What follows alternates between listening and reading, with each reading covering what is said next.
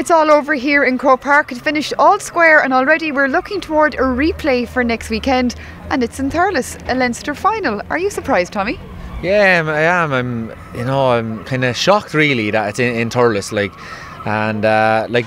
no problem with Thurles. Love going to Thurles, probably the second best ground in Ireland, and the home of the Munster finals and all that. But just kind of, for a Leinster final going to Thurles, I'm surprised, and thought it might be either back here or maybe in Tullamore. Just trying to think of the grounds around Leinster, and there is precedent there with Kilkenny and Galway. But listen, if it's in Thurles, it's Thurles. We'll go anyway, and we'll enjoy it. The main thing is the match itself. Looking at the game that we saw here right now today, it was intriguing. I heard somebody call it nearly like a chess match.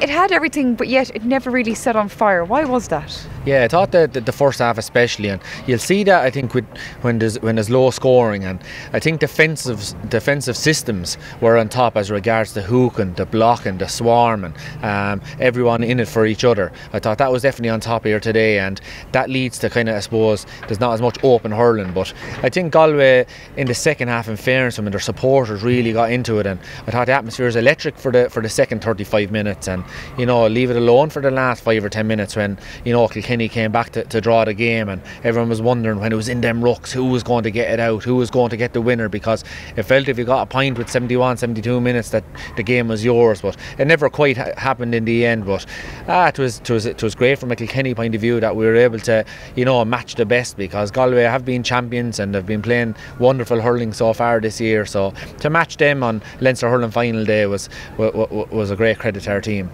Will we see more of the same next weekend, or do you think change of venue, change of style of play? I'd say it'll be similar enough. The only thing that I'd say will come is what our Galway will come, and there will be more, I'd say, up to the aggression levels, up to the, I suppose, in your face type of hurling that there were last year, where they would absolutely go to the ends of the earth to win a ball. I thought, if you go through their forward line, the likes of, you have Conor Whelan, who is really at the flow of the game in the first half, probably kind of tailed off a little bit. Conor Cooney was that bit quiet, and Joseph Cooney and Joe Canning, and even the likes of Mannion and these boys, and Niall Burke, they were coming in with points, but it was kind of just coming in and out with points here and there. And I think it was their pure ability to score and their wonderful hurling ability is what dragged them through that game today, because I think Kilkenny were definitely up to the speed and the intensity of the game much faster.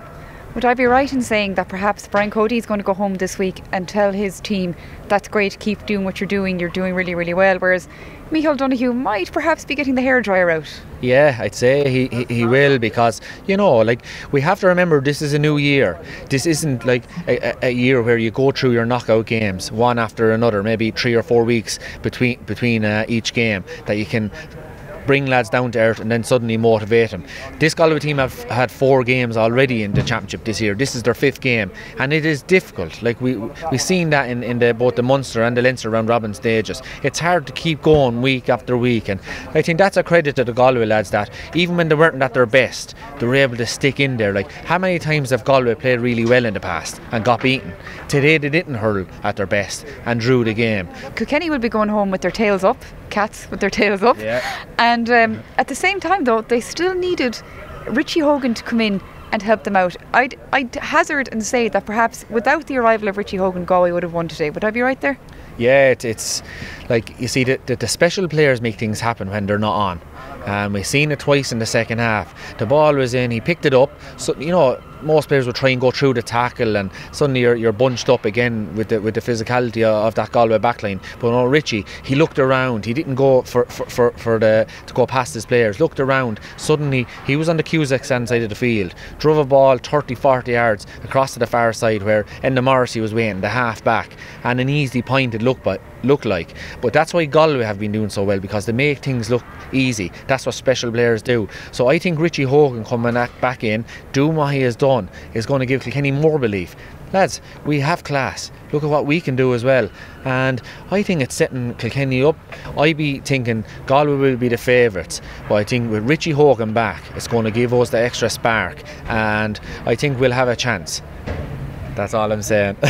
We'll have a chance. That's the most muted Kilkenny man will ever be when it comes to a Leinster hurling final, which, as we know now, is going to be played in Munster in Thurles.